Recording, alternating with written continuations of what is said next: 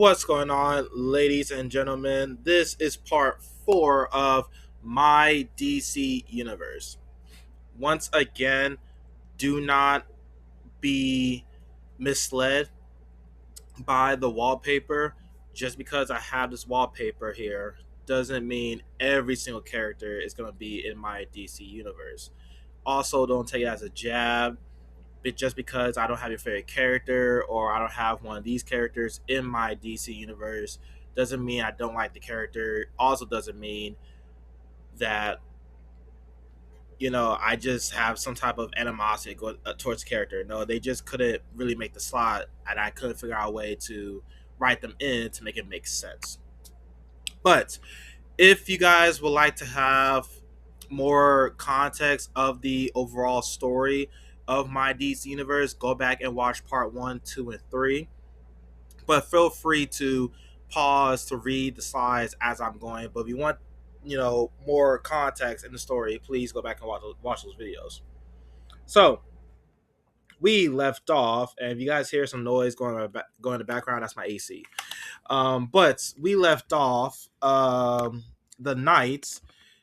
Excuse me. Let me actually start from the beginning for those who are just joining us. So, my DC Universe movie slots. The first movie was Green Lantern. Second, Superman. Third, Manhunter, the Martian Manhunter movie. They're also popping fireworks outside, just FYI. Next one is Green Lantern 2.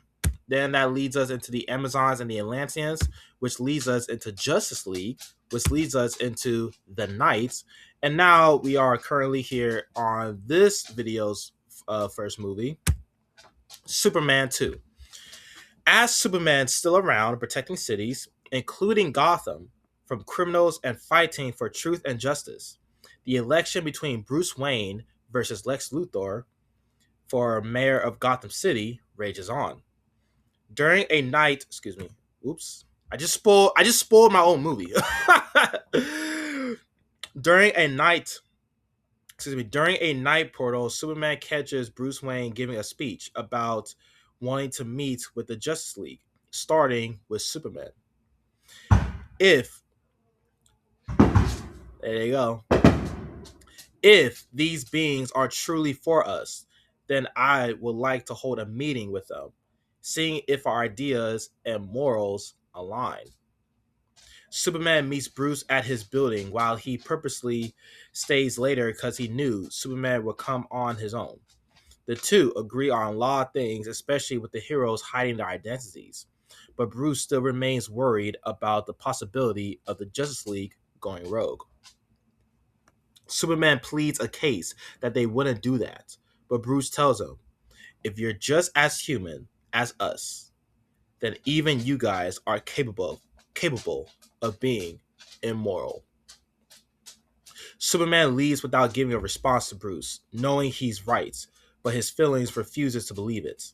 Throughout the movie, Kal is tested by multiple scenarios of criminal attacks on citizens.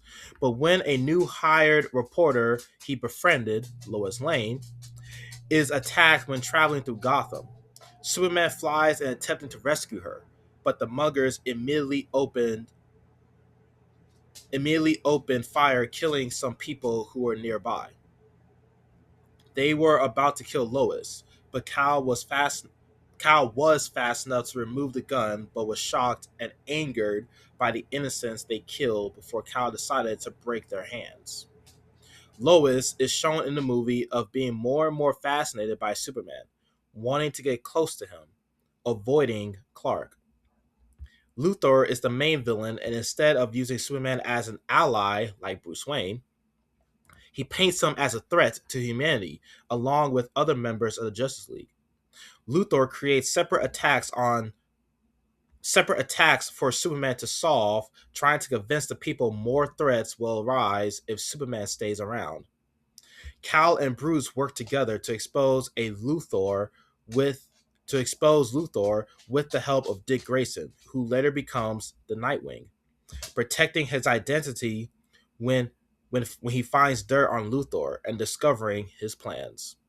So in this universe, Dick Grayson becomes Nightwing because of him searching up dirt under about Lex Luthor, etc., etc., implementing attacks on citizens and blaming it on just Superman's appearance, Superman's presence. Luthor becomes more and more aggressive and obsessed with destroying Superman and beating Bruce Wayne. He creates an army of robots to destroy the city. Bruce and Dick design fighting vigilante suits to guide Superman and taking down Luthor and his robot army. So in this movie, Bruce Wayne has a totally different, slightly different Batman suit. It's still under a Batman it's still under a bat like suit, but it's a little more designed. The design is different. It looks more like an exoskeleton suit more versus like a body suit or a martial arts suit in a way. If this movie was real, but that's pretty much the idea I was going for when it comes to Bruce Wayne in this DC universe. Where am I at? The movie ends with the robots shutting down, Luthor arrested, Bruce winning the election as he thanks Superman for his heroics. Clark and Bruce meet for coffee as a meeting, but becoming new friends, revealing their secret identities. Clark Kent and Bruce Wayne. Clark invites Bruce to the Justice League, but Bruce declines, wanting to focus on Gotham and his family. The two tap their cups and cheers their coffee. End credit scene shows Dick and Bruce in their much cleaner and upgraded fighting suits taking out criminals in Gotham City night. The criminals ask who they are. Bruce responds, "I am Batman." With Dick Grayson jumping in front of him saying, "And Nightwing." So I wanted to pretty much recreate that whole "I am Batman" line, but with Dick Grayson's funny ass jumping in front of him saying, "And I'm Nightwing," like type shit. But that is the end of Superman 2. How you guys feeling about that one? We're gonna be leading on to the next film in the phase, which is, as you guys saw earlier, dang it, I'm spoiling everything. Wonder Woman and Shazam. Movie shows moments when Diana and Shazam met after the events of Justice League. He explained that the wizard they fought and destroyed was the wizard Shazam, an old ancient wizard who was cast out by the gods for betraying them when he gifted a mortal godlike abilities. This angered Zeus, which he cursed the wizard to walk the world to never die, never being able to die. So Shazam was never evil. He committed suicide. Diana doesn't see it that way, but the most of the movie is spent on Shazam being on Themyscira, learning their ways and training with Diana, learning his powers as well, which they discover he turns back into a boy when he utters the word Shazam. Villain of the movie is Artemis, who believes man's world is overrated and understood Diana's first decision to not help. Artemis being one of the Amazonians on Themyscira, who's also a good friend to Diana, Princess Diana. Where we at? Artemis. She most definitely looks at Shazam, Billy Batson, as less than. Diana, as well as her mother, stands by her decision to help Man's World. Throughout the movie, Artemis becomes more and more agitated of Shazam being here and her sisters looking down at her for being so prideful and having prideful thoughts. She mentions Diana's unknown father and that he abandoned her mother, which angers Diana and causes a big fight. When Diana almost kills Artemis, but she remembers Cal's words, justice, not vengeance, Artemis would then kill Diana's mother out of revenge and challenges Diana for the right to rule Themyscira. The fight was to a stalemate, but Diana keeps holding back and eventually gives up, allowing Artemis to get the upper hand on her. Artemis declares herself the winner, puts her puts her sisters, excuse me, declares herself as the winner, but her sisters refuse to acknowledge her, still accepting and declaring Diana as their queen, their new queen. Since her mom is brutally killed in this movie. Um, Diana Diana banishes Artemis from the land and accepts Shazam as her close friend. Towards the end of the movie, Shazam reveals he knows Diana's father's name, which she refuses to hear, which she refuses to hear because it won't change anything. Plus the prophecy. Billy and Diana train together more, but the movie ends with Billy saying goodbye to return home to his adopted family. The end credit scene. It shows while Shazam flies back to man's world, he is attacked by another man with a lightning bolt on his chest, but in a black colored suit. Billy Batson, it is time for your judgment. And that's the end when it comes to that movie. I might as well show you the next movie in the phase because I kind of already spoiled it. And I kind of have, a little extra time. So this movie is going to lead us to the next film in the phase, which is Aquaman. Arthur and Hal, Green Lantern, Arthur and Hal are playing chess in the underwater kingdom. A visitor is revealed to be Arthur's lost half-brother, Orb. Orb, who is half human, half Atlantean on their father's side. Most of the movie is Orb learning his culture and nation's history. After defeating an enemy of Arthur's kingdom, the ocean god Poseidon interferes and tells Arthur, "It's time for your judgment." Orb, now closer to his brother, convinces the god to take him as well, leaving their people to be safeguarded by the royal guards. Poseidon tells the warriors that the gods have decided to be closer to the mortals after witnessing their new champions, the Justice League, including Poseidon's own champion, King Arthur. The god laughs at this and thinks of the heroes as a joke and not as mighty as the gods and demigods of Olympus. Arthur defends his new friends, which angers the god.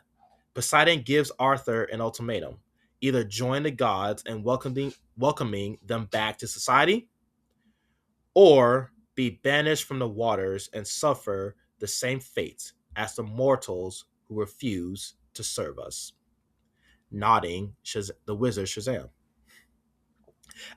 Arthur refuses as Orb seconds his decision. Poseidon takes Arthur's trident and makes him mortal. Whole movie is spent on the brothers fighting the gods' creatures and forces threatening the local cities near the oceans and figuring out a way to combine their Atlantean powers. Which, by locating the ocean witch, Mera, who was banished by Arthur, who threatened to kill him if he didn't take her hand in marriage. Arthur makes a deal with her. If she grants him his godlike powers back, he will take her hand in marriage. The movie comes to an end with Mera, Orb, and Arthur facing Poseidon himself, with the help of the Atlanteans who still accept Arthur as their king. Poseidon is pushed back, causing them to retreat back to Olympus. Arthur gains his trident back as well as his powers, crowns his brother as prince, and Mera as his new queen. The end credit scene. Poseidon returns to Olympus, weakened, and shares what has happened to his fellow gods and demigods. Before he gives his apology, a lightning bolt is stabbed through his chest, as Zeus himself says, "I will not tolerate weakness. Get the humans to serve us, and not those god imposters, by any means necessary." And that's why I'm going to end the video, guys. Pretty short, sweet, a lot more shorter and sweeter. Pretty straightforward when it comes to these movies. Aquaman being, him learning he has a brother, and now Poseidon is here to pass judgment, and they bump heads, which resolves in a big fight. Wonder Woman and Shazam, pretty straightforward. Shazam meeting Wonder Woman, him learning Themyscira. We also get a chance to learn the Amazonians way of living, there. Unfortunately, Diana's mom's gonna have to die in this movie, but it is what it is. And of course, Superman 2 with Batman and Superman, as well as Nightwing taking down Lex Luthor. So how are we feeling with the universe so far? I think we got like two movies left. So the next one will be the finale. The next one will be the finale. So let me know in the comment section how you guys feel about this DC universe. Should I continue it? Should it be a phase 2 by the end of it? Who knows? But I catch you guys later. Y'all have a good one.